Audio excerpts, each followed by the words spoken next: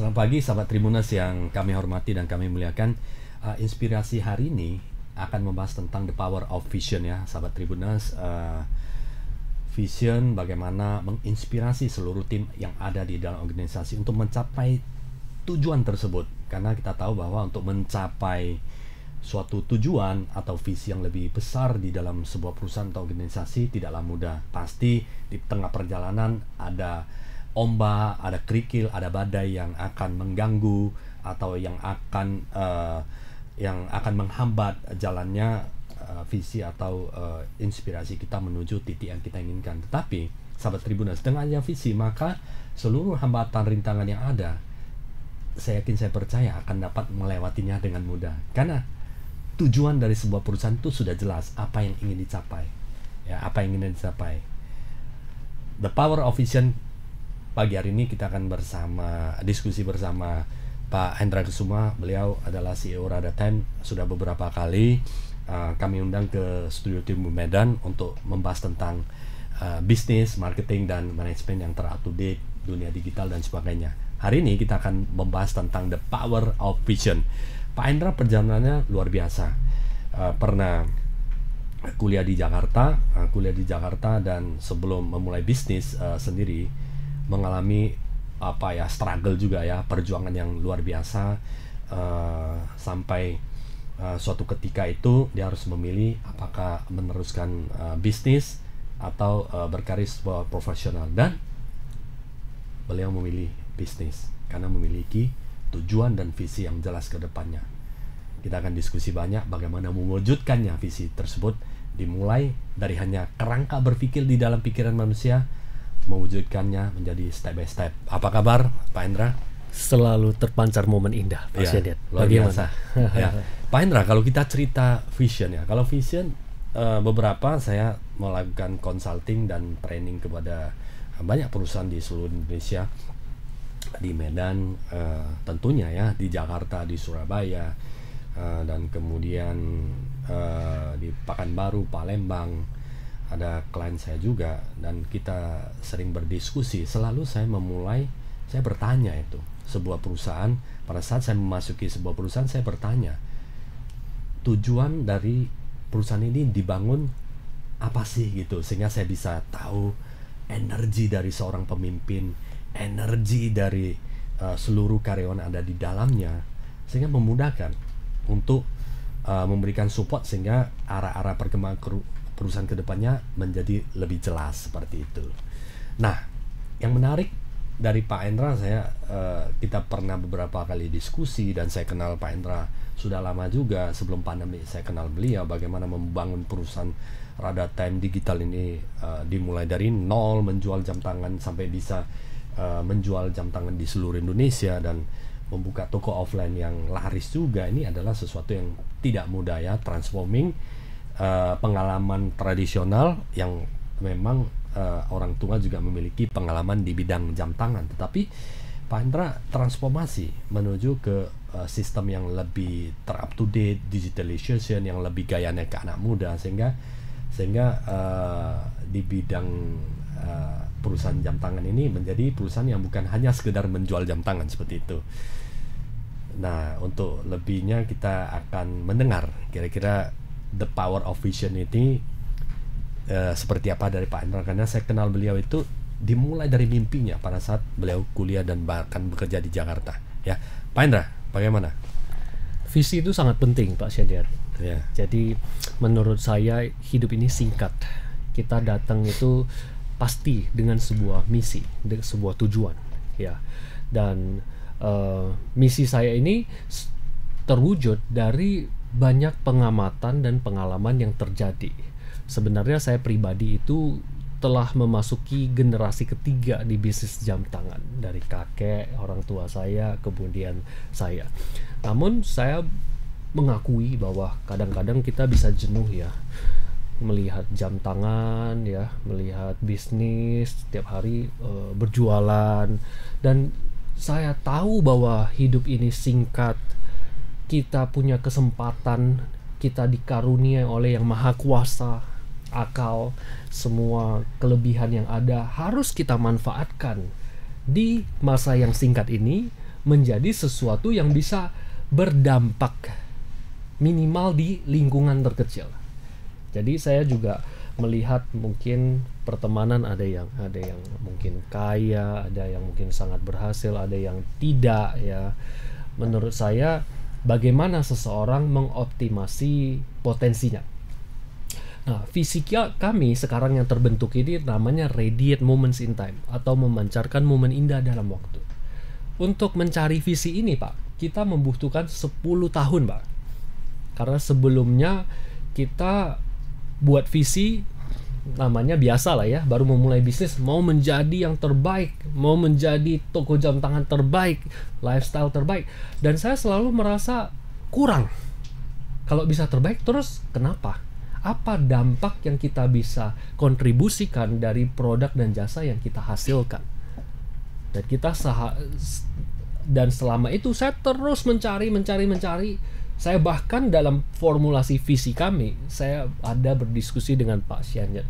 Kebetulan saya sering, kita sahabat baik, kita berkonsultasi dan dapatlah Pak Radiate Moments in Time ini.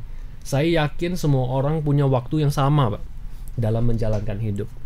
Nah, yang sering jadi masalah ya, mungkin terjadi penderitaan ya, namanya pengalaman hidup naik turun, kita nggak pernah tahu. Tapi sewaktu bagus, apakah bisa menikmatinya? Sewaktu hidupnya tidak bagus, apakah bisa memetik pelajaran dari hal tersebut? Sewaktu netral, apakah bisa dinikmati kedamaian tersebut? Dan terakhir, saya rasa kita bisnis jam tangan, produknya waktu, kita punya kesempatan dalam kehidupan ini bersama tim untuk berkontribusi sebuah dampak Pak positif untuk masyarakat dan luas. Ini menjadi energi yang sangat besar Pak. Tentu seperti Pak Sianyet bilang tadi, tantangan bisnisnya gede banget Pak. Namun api yang terus menyala dalam hati kita ini berawal dari visi ini, yang terus menuntun kita maju, yang terus memotivasi kami sewaktu dalam kondisi yang paling bawah. Ayo, ini adalah sesuatu yang layak kita perjuangkan. Kurang lebih seperti itu Pak. Iya, luar biasa Pak Hendra. Nah, sahabat Tribuners, memang kalau kita diskusi tentang visi ini sangat menarik. Bahkan saya menganggap visi ini adalah bagian dari perencanaan bisnis yang sangat luar biasa sekali. Karena sahabat Tribuners, di dalam menjalankan seperti apa perusahaan laba maupun berorientasi kepada nirlaba, kita harus memiliki tujuan. Kalau kita tidak memiliki tujuan, perusahaan tidak memiliki tujuan, maka bisa saja tujuan orang lain, tujuan perusahaan lain yang mungkin tidak sesuai dengan tujuan kita sendiri. Ya, yang mungkin semua orang, semua pendiri bisnis pasti yang pertama adalah mendapatkan keuntungan. Yang kedua, pasti harus berkontribusi kepada masyarakat kembali. Seperti itu, tujuannya baik, berkontribusi ke masyarakat umumnya dan menjalankan perusahaan dengan penuh integriti, tetapi perusahaan juga bisa menguntungkan di sisi yang lain. Seperti itu, ada tanggung jawab sosial dan moral di dalam masyarakat, tetapi ada profitabilitas juga ya. Bayangkan kalau sebuah perusahaan tidak memiliki visi yang jelas ke depannya, yang mungkin akan dimasuki oleh visi-visi investor yang mungkin berbeda, yang tujuannya hanya untuk mendapatkan keuntungan. Apa yang terjadi di lingkungan masyarakat dia tidak pedulikan. Maybe itu tidak akan sesuai dengan hati seorang pendiri di dalam perusahaan. Oleh karena itu, selayaknya, seyogianya sebuah perusahaan itu memiliki visi dan dicatat, dan semua orang di dalam organisasi itu akan ngikut terhadap visi yang sudah dicatat atau dituliskan. Oh, company dream seperti ini, company value, company goal seperti ini. Maka seluruh organisasi akan tahu, bukan hanya di level atas yang tahu seperti itu ya. Makanya saya lihat ini Pak Hendra ini selalu aktif ya, memancarkan setiap momen indah di dalam waktu. Ini more than business lagi, di atas dari bisnis itu sendiri lagi. Bagaimana menghargai waktu. Setiap waktu itu ada momen indahnya yang harus kita catat, dan setiap momen waktu itu ada catatan tersendiri yang membuat pengalaman-pengalaman atau momen-momen tertentu, misalnya pernikahan, misalnya pada saat wisuda, misalnya pada saat kita memulai bisnis dan sebagainya. Jadi visi itu adalah di atas dari yang akan kita capai secara garis besar, dan visi itu harus bisa menginspirasi ya. Mencari uang terus kan, uang tidak akan habis-habisnya. Berapalah yang kita bisa makan dari uang yang akan kita cari pada finally kan. Konglomerat saya pernah ketemu, uang finally sudah banyak, nggak bisa makan juga. Kesehatannya ya, semakin berumur, keterbatasan makan harus dijaga. Semakin, iya. Jadi values yang lain, tujuan-tujuan lain yang harus dikedepankan, dan ini harus diketahui oleh seluruh tim supaya bisa didukung oleh seluruh tim di dalam organisasi. Nah, Pak Hendra pasti memiliki pengalaman pada saat mewujudkan visi tersebut. Pasti ada tekanan, ya, pasti ada rintangan. Sometimes di tengah jalan memikirkan kembali kan, apakah benar ini visi yang saya jalankan? Pernah demikian, Pak Hendra? Pasti ya. Saya rasa itu sebuah momen penting bagaimana visi tersebut diuji. Ya. Tentu kalau misalnya visinya tidak kuat, mungkin sudah luntur, sudah berubah. Ya. Jadi dari banyaknya peristiwa-peristiwa yang mungkin dari kritikan mungkin lupakan saja, bisnis ini nggak bisa, kamu cari yang lebih bagus, atau tawaran-tawaran lain. Menurut kami, visi kami sangat matang karena kita menjalankan hidup itu seperti, visi ini adalah sebuah pertanggungjawaban dalam hidup. Dan ini kita selalu menghimbau tim-tim yang di dalam Rada Time. Saya yakin kita semua juga sama. Tugas kami itu adalah berbuat yang terbaik, memancarkan momen indah yang kita bisa lewati, sehingga kalau kita lakukannya bagus, at least setidaknya bisa menginspirasi satu orang saja selain dari dirinya, karena memberi contoh yang baik. Namun perjalanan itu tentu karena terutama karena alasan finansial itu paling utama, dan mungkin ada pilihan yang lebih bagus. Banyak sekali orang-orang yang mengatakan, ayo coba bisnis ini, bahkan bisnis yang mungkin tidak benar yang mungkin mendatangkan duit mudah tetapi tidak bisa dipertanggungjawabkan. Ya, syukur kita punya visi yang kuat dan kita tahu sih hidup ini misinya apa. Dan menurut saya seperti yang Bapak share dan tadi share ke kita itu, ya, visi itu sangat penting sebagai power yang bisa membentuk perannya sebuah perusahaan dalam masyarakat apa. Inti-intinya menurut saya perusahaan baik nirlaba atau yang profit sekalipun, mereka punya tujuan, yaitu membuat dampak dong, atau bisa menghadirkan sebuah solusi. Kalau tidak, perusahaan atau organisasi itu juga tidak akan bisa berjalan, Pak. Kalau misalnya dia tidak ada benefitnya, Pak. Setuju, Pak Indra. Jadi kalau kita cerita tentang visi yang baik dan jelas dan inspirasi, dan kemudian bisa membuat perusahaan maju ke depan, bahkan melampaui batas waktu saat ini ya. Misalnya mampu melihat 5-10 tahun lagi ke depan seperti apa. Dan yang pertama adalah visi yang bagus pasti akan dipercaya. Karakter owner juga penting ya. Karakter owner apakah selama ini konsisten di dalam menjalankan visi tersebut. Bisa dilihat dari track record yang sudah ada. Setuju, Pak. Makanya banyak perusahaan banyak investor yang memilih investasi di perusahaan itu adalah, pertama adalah visi perusahaannya seperti apa. Benar, setuju. Perusahaan dari awalnya pasti memulai dari yang paling dasar, Pak. Perusahaan apapun yang berkembang di dunia ini sangat besar sekali, dan kita melihat perusahaan-perusahaan yang wow saat ini, katakanlah seperti perusahaan otomotif ya, mobil electrical vehicle, handphone yang kelas-kelas dunia. Ini pada saat mereka memulai itu dimulai dari mimpi. Saya ingin membuat produk yang berkualitas dan sustainable bagi masyarakat dan lingkungan luas, seperti itu. Seperti kita lihat mobil listrik. Mobil listrik dimulai dari mana? Karena ada pemikiran untuk menghasilkan membuat mobil sebagai transportasi yang dapat digunakan, tetapi emisinya sangat rendah sekali. Makanya mobil listrik ini muncul. Lambat laun diperbaiki, semakin lama semakin baik ke depannya seperti itu. Tetapi apakah pada saat awal mobil listrik itu menguntungkan? Pasti tidak. Investasi membuat baterainya, investasi membuat teknologinya mungkin berdarah-darah. Mungkin orang akan menganggap ini adalah proyek gagal pada saat itu, ya. Gagal secara keuangan, tapi sukses secara inovasi yang bermanfaat bagi umat manusia yang banyak di dunia ini. Dengan konsistensi, dengan teknologi, dengan SDM yang berkualiti, maka inovasi itu menjadi lebih baik.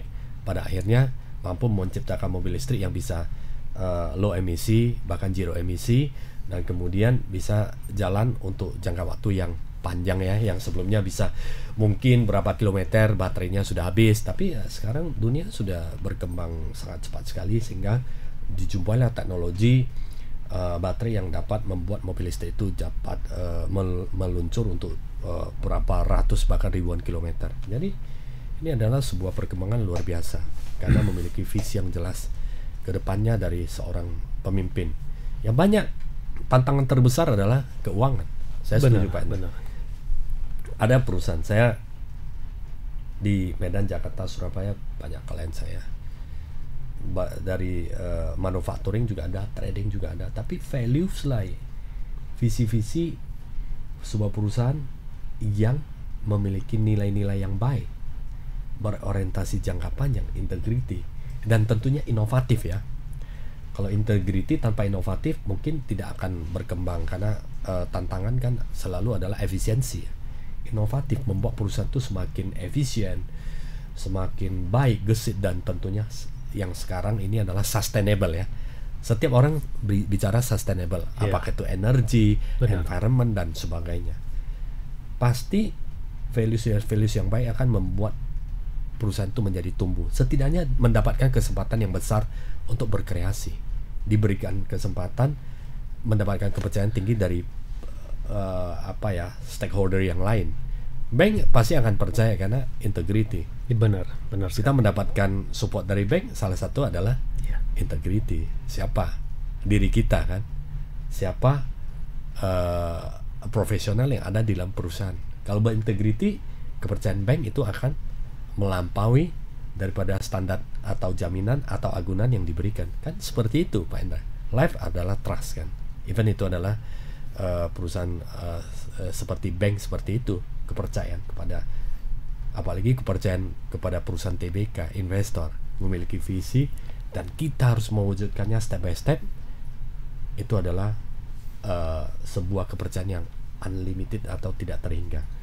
Jadi saya melihat, Pak Indra, itu seluruh perusahaan TBK yang ada di Indonesia tercatat di dalam Bursa Efek Indonesia, dan seluruh perusahaan TBK yang ada di LQ45 itu memiliki visi yang jelas. Pembangunan perusahaannya, uangnya digunakan untuk apa setelah IPO, setelah corporate action, ya kan? Setelah corporate action, apa yang harus dilakukan, dan kemudian komitmen menjalankan corporate action. Perusahaan-perusahaan yang memiliki integrity, yang komitmen terhadap apa yang disampaikan, diucapkan, biasanya akan melaju lebih meningkat ke depannya. Pak Indra, saya melihat ini visi dari Reduce Moment in Time, kan tidak ada cerita tentang angka nilai penjualan, tapi more than values atau angka-angka penjualan seperti itu. Bagaimana itu di semua orang di dalam organisasi itu memiliki jiwa yang sama? Ya, saya melihat dan merasakan juga di dalam perusahaan apa yang mengikat kita semua itu adalah visi, ya. Kita bisa berjuang bersama, ya. Saya juga sangat setuju dengan Pak Syenyet tadi bahwa mengatakan di perusahaan TBK di Indonesia yang unggul pasti dengan visi yang kuat, dan sama juga perusahaan yang Forbes, ya Pak, ya, perusahaan terbaik di dunia itu mereka bisa terus melangkah dan berinovasi tentu karena memiliki visi atau tujuan. Jadi dan terutama visinya adalah kata kerja, Pak, yaitu apa yang mereka bisa tawarkan. Karena kalau tidak adanya visi, kita lakukan sebuah bisnis, kalau sudah banyak duit, terus mau ngapain? Iya. Ya, dan banyak sekali yang terjebak tidak mau tumbuh lagi, atau di sana aja, atau mungkin Iya. targetnya adalah untuk profit yang lebih tinggi sehingga mengorbankan kualitas produk. Saya yakin banyak seperti itu. Iya. Tapi karena sebuah visi itu kuat, setelah satu pencapaian, kita yakin tuh visi itu jangka panjang, bagaimana kita punya bisnis bisa memberikan sebuah solusi ke sebanyak-banyaknya orang, berdampak dan bisa berkontribusi serta berpartisipasi dalam perjalanan peradaban ini, bisa membuat kehidupan lebih baik. Iya. Ya, setelah kita Setuju. capai ini, pasti ada the next goal. Contohnya kalau misalnya kita memancarkan momen indah, pertama adalah kita pengen customer inti kita lah. Apalagi kita melewati masa COVID ya Pak ya. Ini visi benar-benar diuji Pak. Diuji apakah benar-benar kita pertahankan atau kita pindah bisnis saja. Kemudian kita punya, dengan kekuatan visi ini kita jalan. Yang paling penting adalah orang yang belanja dengan kita itu harus terpancar momen indahnya. Bagaimana? We have to do our best. Kita bisa menginspirasi dengan kualitas kita yang memiliki standar yang mementingkan kepuasan pelanggan, Pak. Itu satu. Setelah misalnya kita punya cash flow yang lebih bagus, kita sudah akan berpikir, oh kita mesti investasi infrastruktur yang lebih baik, sehingga karya-karya kita itu bisa lebih tinggi. Terutama juga tim kita, SDM-SDM yang kita targetkan untuk belajar lagi. Yang kita akan suruh mungkin seminar, mungkin belajar untuk kenapa? Untuk melaksanakan visi itu, Pak. Sampai kalau kita capai di masa depan IPO, TBK, kita tentu punya visi lagi untuk Indonesia. Sebenarnya visi kita ini terbentuk sewaktu saya dulu harus kembali membantu orang tua di toko jam. Dan saya terus merenung, saya di sini ngapain? Kemudian saya kebetulan naik pesawat melihat, pas kita kalau ke Singapura selalu ada mengitari itu negara Malaysia, negara Singapura, negara Indonesia. Kan dia berdempetan ya, sewaktu kita mau landing. Kita melihat ada perbedaan yang begitu mencolok ya, terutama negara maju dan negara kita. Ini apa sih yang salah, Pak, di negara kita? Waktu itu saya berpikir, apa sih yang salah? Kekayaan alam kita luar biasa, SDM kita banyak yang pinter-pinter. Namun apa yang salah? Dari situlah saya berpikir, waktu, Pak. Pemanfaatan waktu, mengapresiasi waktu menjadi salah satu yang perlu dikembangkan lagi. Bayangkan kalau masyarakat Indonesia lebih mengapresiasi waktu, lebih tepat waktu, seberapa cepat dan solid pertumbuhan negara kita itu yang benar-benar merdeka, bisa menghasilkan karya inovasi yang besar, Pak. Misalnya kita bisa buat mobil sendiri, kita bisa buat teknologi sendiri, jam tangan sendiri, bahkan banyak hal yang kita bisa. Nah, kembali lagi kenapa saya melihat banyak sekali kita sangat mengadopsi produk luar negeri. Ya, karena mungkin visinya belum kuat. Mudah sekali terpancing dengan tawaran-tawaran atau godaan finansial, sehingga kita itu maunya duit dulu yang paling penting, setelah duit banyak apa itu. Jadi itulah yang sering terjadi. Visi itu sangat penting seperti yang Pak Shanyet lakukan. Saya rasa mau dia bisnis mau dia bukan, visi hidup penting sekali yang bisa membawa kita itu hidup itu apa yang kita bisa kontribusi ke dalam masyarakat ini. Menarik. Ya, saya setuju, Pak Hendra. Kita dengan visi kita akan melangkah jauh sekali ke depan. Ya, kita tahu apa yang akan kita kerjakan karena jelas mimpi kita seperti apa, mimpi perusahaan seperti apa. Bagaimana mewujudkan itu adalah persoalan kedua. Berhasil tidak berhasil itu juga adalah persoalan kedua. Yang jelas dengan adanya visi maka akan menginspirasi kita semua untuk mencapai titik yang diinginkan. Ya, dengan adanya visi kita bisa bersatu padu untuk mewujudkannya. Tantangan pasti ada, Pak Hendra. Tidak ada yang mudah. Kalau yang mudah semua orang udah happy. Benar, Pak. Tidak ada yang bekerja keras lagi. Iya. Justrulah yang bekerja keras, yang bekerja cermat, yang memiliki pandangan jauh ke depan, mewujudkannya dengan step by step, itulah yang akan membawa sukses untuk jangka waktu yang panjang seperti itu ya. Saya setuju. Visi sebenarnya Indonesia sudah memiliki visi ya, Indonesia Maju 2045. Masa iya. 2000 Masa emas negara 2000, maju, negara negara maju. emas. Kebetulan Iya. kan 100 tahun merdeka kan. Benar. Semua enggak. Iya. Visi ini dapat diwujudkan oleh kita bersama. Benar. Melalui Waktu apa? juga harus dimanfaatkan. Waktu harus dimanfaatkan. Artinya Indonesia Emas 2045 sebagai bagian atau masyarakat Iya. atau individu ya, rakyat, salah satu rakyat Indonesia, Iya. kita bertanggung jawab bagaimana belajar keras, bekerja keras, tidak menyia-nyiakan waktu, sehingga terakhir kita dapat mewujudkan benar-benar menjadi negara maju. Kita berkontribusi yang menjadi guru, jadilah guru yang hebat, guru yang terbaik, yang menginspirasi, yang mengajari. Benar. Dari pengusaha yang hebat, yang bisa memajukan perusahaan dan bermanfaat bagi lingkungan dan masyarakat, memakmurkan masyarakat, seperti itu. Kemudian seorang yang hebat di bidang teknis ya, sains ya, berbuatlah. Mudah-mudahan kita bisa buat seperti yang Pak Hendra sampaikan. Kita memiliki university yang terbaik. Ada Universitas Sumatera Utara yang kita sangat banggakan di Sumatera Utara. Universitas Banyak Indonesia, menghasilkan orang-orang hebat. ya, ITB, Ya. UGM, Brawijaya, Sriwijaya. Saya kira kita memiliki sumber daya yang kuat. Bagaimana mengintegrasikan, bukan hanya menjadi pemakai atau pengguna. Suatu ketika saya sering cerita sama, mungkin kita harus memiliki visi. Kita bisa buat kereta cepat sendiri. Tepat Hanya sekali, belajar kan saat ini kan. Pasti bisa, Pak. Hanya belajar dari teknologinya, Iya.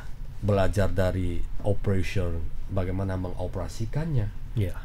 Tol kita sudah cukup berhasil. Sangat berhasil. Yang 30-50 tahun yang lalu mungkin kita masih membutuhkan bantuan teknik dari Korea dan Jepang. Luar negeri. Tapi sekarang kita bisa buat tol yang panjang, dan tol kita yang terpanjang di Asia Tenggara saat ini. Luar biasa. Kita bangga. Kita Nah, bagaimana mewujudkan visi ini? Visi negara sudah ada, menjadi negara maju.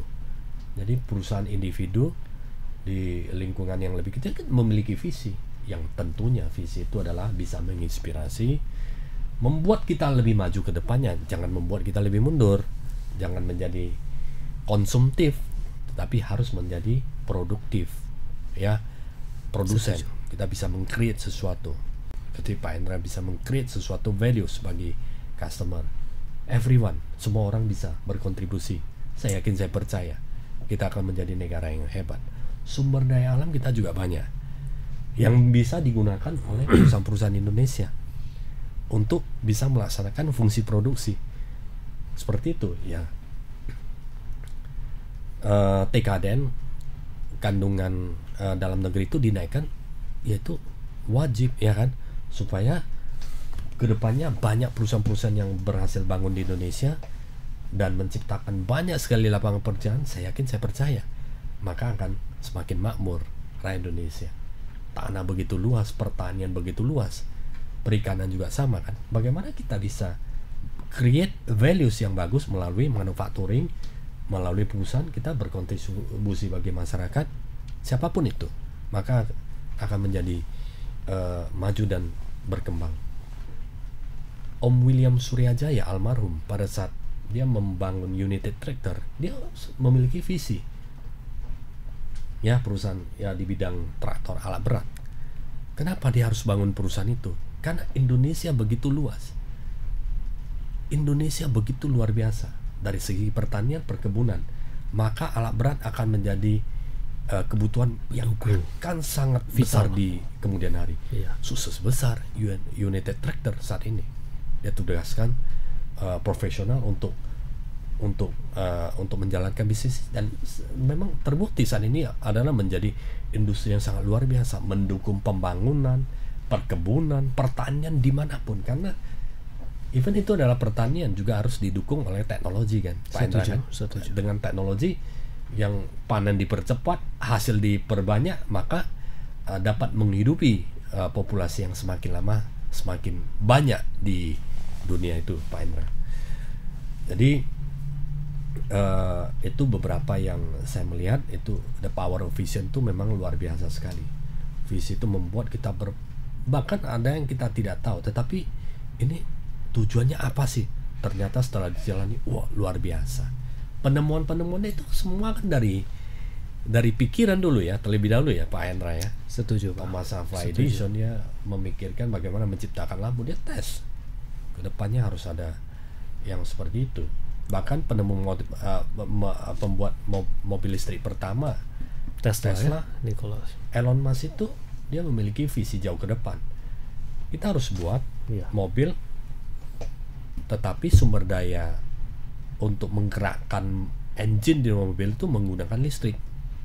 Pada saat itu mobil listrik ya mobil golf Pak, yang lambat, yang mungkin tidak bertahan lama, casnya juga lama. Tapi dia tugaskan insinyurnya bagaimana bisa membuat mobil listrik yang saya mau kecepatan tinggi, desainnya wow, mobil sport, sedan, mewah, high tech di dalamnya dan bisa speed kencang. Mulai dari sana dia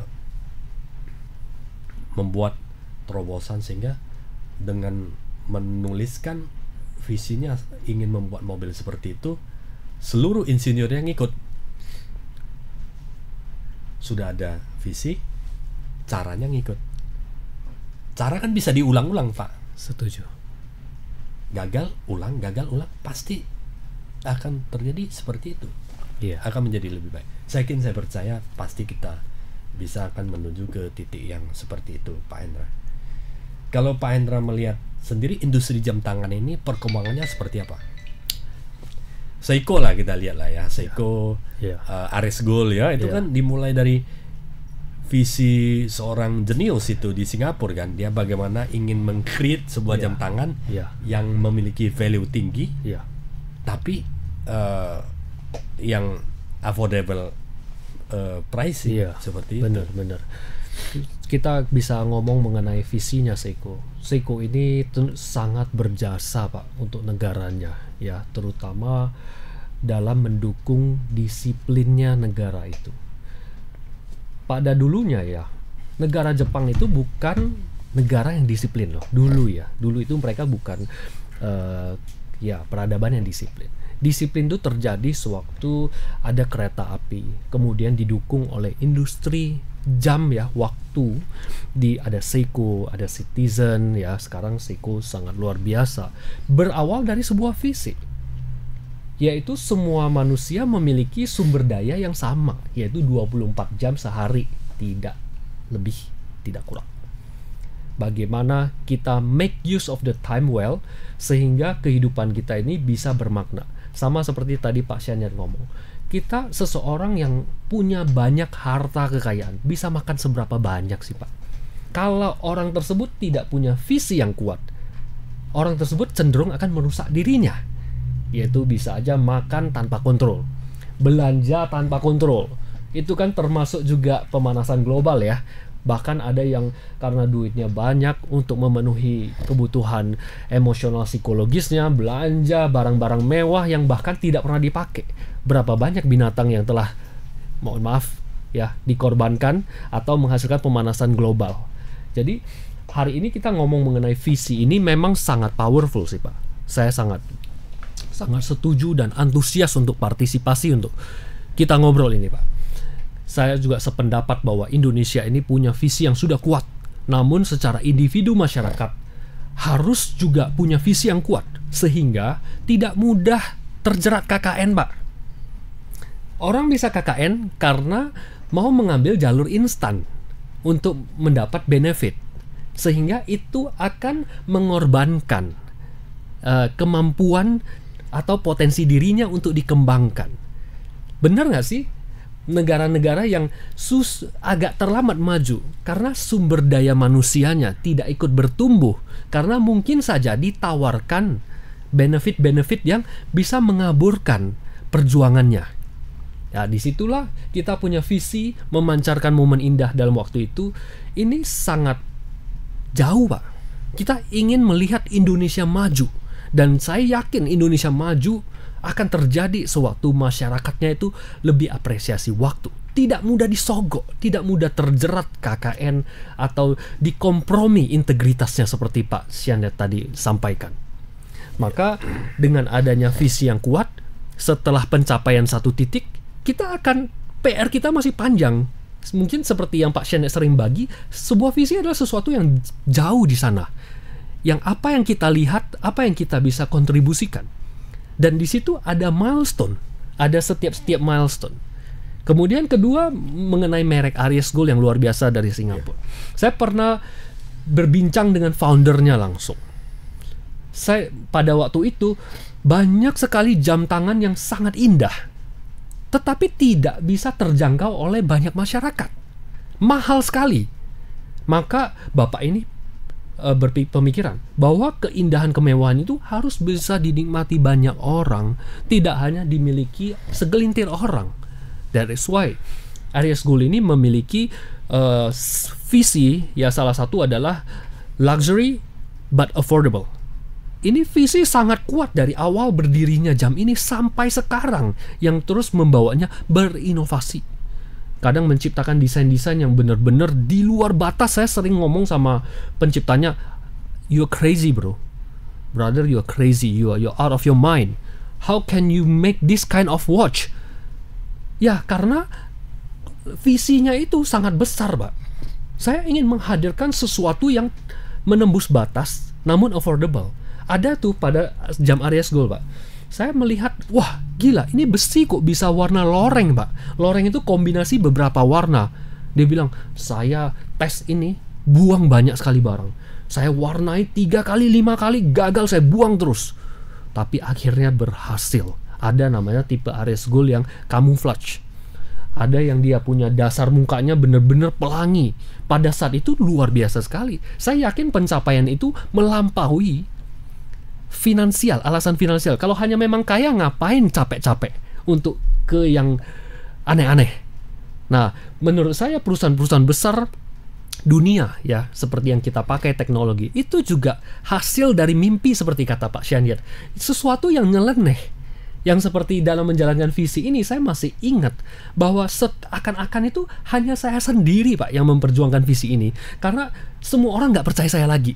Keluarga mungkin saja, aduh, itu tidak rasional lagi, ya, atau teman-teman atau tim, ini perusahaan bagaimana bisa bertahan. Dan saya orang pertama yang harus tetap percaya dan menjalankan hidup ini. Dan saya yakin semua perusahaan besar yang terbentuk itu ya karena pegangan visinya solid, Pak. Sama seperti Indonesia Emas yang akan kita tuju. Akan terjadi sewaktu masyarakat Indonesia itu makin yakin visinya itu harus merdeka, harus berdiri di kaki sendiri. Tidak bisa aja semua itu harus impor. Budaya pun harus impor. Tidak, budaya Indonesia begitu indah. Itu harus dikembangkan. Infrastruktur, teknologi seperti tadi traktor itu harus mulai buatan sendiri. Apa sih bedanya kita dengan bangsa lain? Ya sama, manusia pinter banyak lagi. Ya kita harus ini memancarkan momen untuk memperoleh ilmunya, praktek, dan kalau gagal bangkit lagi. Jangan mudah sekali terpengaruh oleh godaan-godaan finansial yang sehingga ya sudah, yang penting ada duit, yang penting semua lancar ya sudah. Jadi potensi-potensi manusianya sayang, Pak. Itu menurut saya, Pak. Benar sekali, Pak Indra. Jadi pikiran-pikiran inovatif, berkreasi, selalu memperbaiki yang ke arah lebih baik, ini yang harus ditumbuh kembangkan sehingga suatu ketika kita akan menjadi negara pencipta, negara produsen, bukan negara konsumtif yang banyak lagi ya. Mudah-mudahan ini arah trennya udah benar. Jadi teknologi tidak dikuasai karena orang-orang hebat kita banyak, Pak. Setuju. Setiap tahunnya berapa ribu orang yang dikirim ke luar negeri itu untuk beasiswa LPDP dan sebagainya. Saya yakin yang dikirim itu pasti orang hebat. Pulang ke Indonesia pasti akan mengabdi, akan berkreasi, menghasilkan sesuatu yang lebih besar lagi untuk bisa membuat Indonesia lebih maju lagi. Dan kita punya orang hebat ya, dari kampus-kampus. Universitas kita top di Asia Tenggara. Bahkan banyak yang yang studi exchange students ya kemari untuk kita bisa belajar, kita harus menjadi yang top karena negara besar seperti itu. Nah, Pak Endra bisa cerita sedikit mengenai pengalaman Pak Endra waktu pulang dari Jakarta. Itu tantangannya seperti apa ya, merubah culture bisnis itu. Bagaimana keyakinan Pak Endra itu bisa sejauh itu sehingga merubah cara bisnis dari jam tangan ini? Tentu dalam memperjuangkan, pasti ada tantangan juga ya. Besar. Perbedaan pendapat pasti. Ya. Dalam memperjuangkan sebuah visi tentu prosesnya itu kadang bisa pahit. Ya. Nah, namun karena visi kita kuat, yaitu memancarkan momen indah, sepahit-pahitnya pun bisa bersyukur. Ya. Jadi perjalanannya itu berat ya, pasti berat, ada air mata pasti Pak, bahkan mungkin ada darah-darah juga kalau saya bisa cerita itu ya, ada lah ya perjuangan yang sangat berat ya. Itu dimulai dengan suatu rasa tanggung jawab. Saya rasa visi sama tanggung jawab itu pasti selalu berkorelasi, yaitu jam tangan ini sesuatu yang indah Pak. Banyak orang bahkan mengorbankan ya finansial jangka pendek untuk membeli sebuah jam tangan yang bermakna dan cocok bagi dirinya, terlepas dari harganya. Ada yang sampai menabung beberapa bulan, datang ke toko kita untuk melihat jam ini berapa ya, bulan depan datang lagi berapa ya, sampai beberapa bulan orang tersebut belanja. Sewaktu saya udah tumbuh besar, saya mengingat orang ini udah sukses besar karena dia bisa mengorbankan hal-hal yang singkat ini. Jadi sewaktu itu saya terus berpikir, jam tangan ini adalah sesuatu yang sangat-sangat meaningful Pak, bermakna. But what is that? Itu yang sering sekali di benak saya. Apa itu jam tangan ini?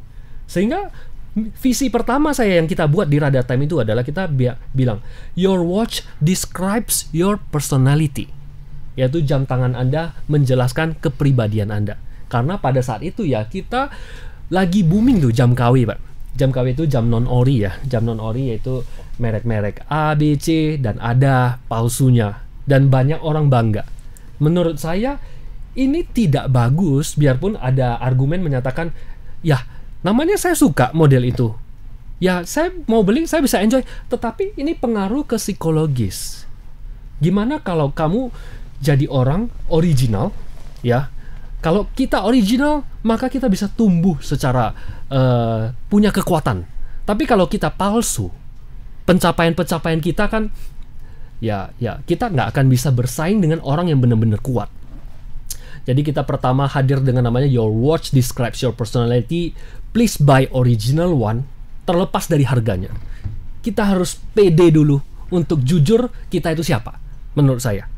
Kemudian dalam perjalanan waktu, katanya describe your personality kurang bagus. Bagaimana ada salah satu sahabat menyatakan, bagaimana kalau your watch your personality? Terus kita jalankan itu. Kita jalankan, tetapi selalu saja saya ada ganjalan dalam hati. Ini kok kayaknya kurang bisa mewakili saya dalam hidup. Perjalanan saya terus cari, saya terus tulis di buku. Seperti Bapak bilang, visi itu harus ditulis. Saya berdiskusi sama teman, sama siapapun, nggak dapat. Jadi ada suatu ketika visi itu dapat, ya tentunya pada saat saya diskusi sama Bapak. Serius Pak, saya nggak bohong. Karena visi saya itu waktu saya temukan itu pada saat saya berkenalan dengan Pak Sianjat. Kita banyak diskusi bagaimana saya punya bisnis ini ada nyawanya yang saya bisa perjuangkan bersama itu. Apa yang membuat dia menjadi hidup Pak? Iya. Itu momen apa yang seperti itu, ada semacam dia ada petikan api yang membara di visi itu. Jadi di visi itu kita harus ada sesuatu yang saya melakukan bisnis ini adalah benefit yang saya bisa kasih ke masyarakat, legacy yang saya bisa kasih ke keluarga saya, ke teman-teman saya. Saya punya kelebihan, saya bisa persembahkan ke masyarakat. Dan bisnis saya itu jam, Pak. Ya. Jam itu apa? Waktu. Waktu itu sumber daya yang semua orang memiliki secara adil, tidak lebih tidak kurang. Terakhir kemudian merek kita juga Rada Time ya, walaupun namanya adalah Hendra dan Winda. Tetapi saya memikir sewaktu saya baca banyak buku ya, terutama baca buku motivasi seperti Oprah Winfrey, dan banyak sekali buku-buku motivasi sering sekali mencantumkan kata radiate, memancarkan aura positif, vibra positif, hal-hal positif. Dan kemudian wah, pas banget dengan merek kita, Pak. Jadi radiate moments in time itu menjadi sesuatu yang menurut saya ini bakal saya perjuangkan dalam hidup saya. Bukan hanya untuk cari duit, tapi ini adalah sebuah pertanggungjawaban untuk seluruh stakeholder hingga ke inovasi tertinggi yang kita bisa bawa. Dan saya yakin mau secanggih apapun, waktu gak bisa dipisahkan. Jadi saya merasa kita punya visi ini bakal sangat sustainable. Ya, apapun bentuknya. Kita mau jadi timekeeper seperti kegiatan hari ini, bisa berdiskusi dengan Pak Shaniat. Menurut saya ini juga pelaksanaan visi saya, yaitu bagaimana saya punya pengetahuan, pengalaman yang saya bisa gunakan untuk memancarkan momen indah oleh sahabat-sahabat Tribuners. Ya, dan saya juga bertekad, saya ingin masyarakat lebih tepat waktu dari apa? Udah pasti dari jam. Memang ada handphone, ada ini, tapi saya ingin masyarakat Indonesia punya kendali atas waktu, berada di lokasi paling strategis dan paling dekat dari matanya, yaitu di tangannya. Kurang lebih seperti itu, Pak. Jadi kita punya semangat yang besar. Luar biasa. Kalau cerita radiates momentum energi Pak Hendra. Nah inilah sahabat Tribuners yang saya rasakan. Kalau Rada Time ini Pak Hendra bukan hanya cerita jam-jam, tetapi more than that. Ada inspirasi energi yang begitu luar biasa. Visi harus mengandung tujuan jangka panjang yang jelas ya, ingin dicapai, tetapi di dalamnya juga perlu ada energi yang besar yang bisa ditimbulkan dari visi serius, sehingga antusiasme dari founder, leader, dan seluruh tim untuk mewujudkan menjadi nyata. Bahkan ini ada sisi spiritualnya, Pak. Jadi sisi spiritual tentu saya belajar berbagai ilmu ya, baca buku beberapa spiritual, salah satu Zen ya, yang dimana bahwa sebenarnya untuk sebuah kebahagiaan itu mudah, Pak, kalau kita bisa berada di masa sekarang, kita bisa fokus. Dan saya lihat banyak sekali keluarga-keluarga yang mungkin karena pengaruhnya teknologi ya, jadi dalam pengasuhan anak, pembimbingan keluarga itu lebih kepada menyerahkan mereka ke teknologi, Pak. Misalnya biar anak-anak biar nggak mau ribut, ya udah kasih main game. Handphone, iya. Jadi sehingga tidak ada komunikasi kualitas, Pak. Dan kalau misalnya lebih sadar waktu, mungkin orang tuanya pakai jam, mereka akan tahu bahwa detik-detikan waktu yang lewat itu nggak bisa balik lagi. Nggak bisa dibeli lagi momen tersebut. Nah, sehingga dengan adanya kita melaksanakan bisnis kita, saya yakin pasti akan menimbulkan kesadaran atas waktu. Dan itu harus bersifat abadi, Pak. Ya, sekarang smartwatch oke lah, ya sangat canggih. Tapi nggak bisa jangka panjang. Tidak bisa menjadi sesuatu saksi, Pak. Yang di masa depan, anak-anak ingat gak sih waktu papa pakai jam ini? Ini kita lagi sulit loh, dan kita terus berjuang loh. Banyak godaan-godaan biar papa itu cari duitnya dengan cara gak bener, tapi kita tetap divisi keluarga kita. Nah, ini jam buat kamu. Wah, itu berharganya luar biasa, Pak. Jadi seperti itulah filosofi jam. Dan menurut saya, negara yang unggul di manage waktu akan jadi negara maju. Memang disiplin, kita disiplin. Kita tahu kalau jam ya Swiss sama Jepang. Saya bermimpi ya ingin itu datangnya dari Indonesia. Luar biasa. Ya. Sesuai dengan harapan kita bersama, Indonesia maju akan terwujud dalam waktu yang tidak lama lagi ya. Tapi prosesnya tentu step by step mewujudkannya. Demikian sahabat Tribuners, sharing-sharing kita mengenai visi, semoga bermanfaat bagi sahabat Tribuners semuanya. Milikilah visi yang jelas ke depannya dan wujudkanlah dengan konsisten, persisten. Tantangan, hambatan pasti ada. Tetapi begitu Anda mengenai hambatan yang dihadapi, selalu ingat ada hal besar yang ingin dicapai. Maka Anda tidak pernah akan merasa lelah, capek untuk mewujudkan cita-cita yang Anda inginkan. Sahabat Tribuners, sukses selalu untuk Anda. Semoga visi Anda tercapai dengan baik, kehidupan dan ekonomi, segala sesuatu akan berjalan dengan baik dan lancar. Anda akan sukses semuanya. Sampai jumpa inspirasi bisnis Jumat berikutnya yang selalu menarik untuk Anda. Terima kasih Pak Indra. Terima kasih Ya, sudah bergabung untuk sharing mengenai visi. Sukses terus untuk Radatan beserta tim dan keluarga juga ya Pak Indra. Terima kasih. Thank you.